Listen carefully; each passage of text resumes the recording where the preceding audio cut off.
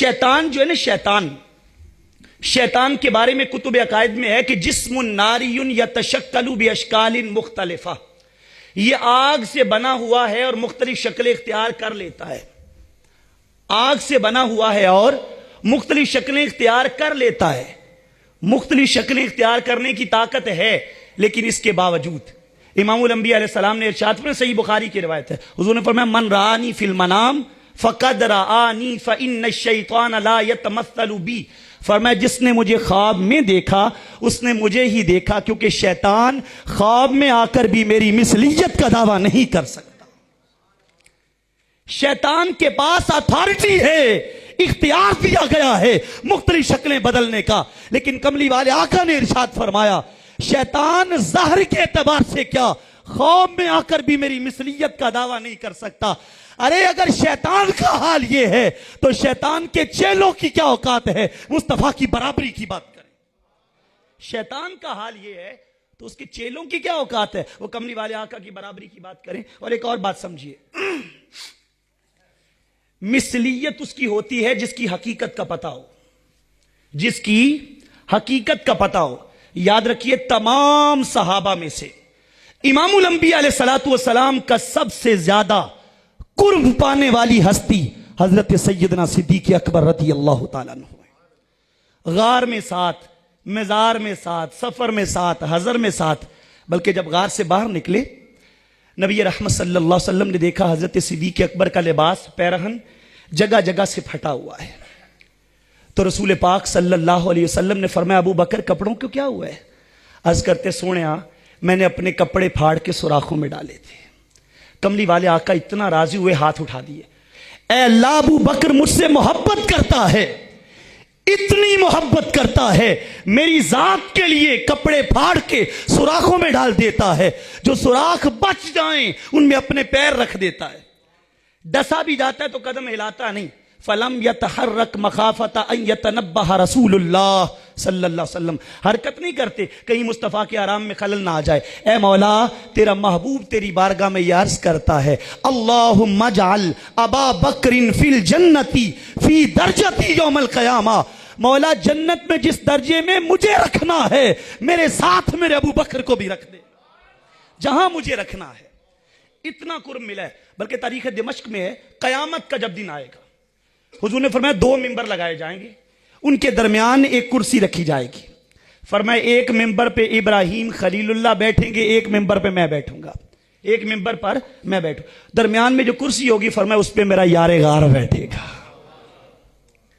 اور فرمایا فنادا مناد من وراء الحجب، کوئی آواز دینے والا آواز دے کر کہے گا اے ہجوم محشر میں آنے والو دیکھو یہ منظر تم نے پہلے کبھی نہیں دیکھا ہوگا. عرض کریں کہ منظر کیسا ہے؟ آواز آئے گی دیکھو صدیق بین حبیب و خلیل. اور سبحان اللہ تو کہہ دو دیوانو. کہتے آواز آئے گی دیکھو یہ منظر تم نے پہلے کبھی نہیں دیکھا ہوگا، صدیق حبیب اور خلیل کے درمیان بیٹھا ہے. اتنا قرب. اب غار سے باہر نکلے نا تو عرض کرتے آقا وہ پاؤں پہ آپ نے لعاب دہن لگا دیا، درد تو ختم ہو گیا، پیاس بڑی لگی ہے.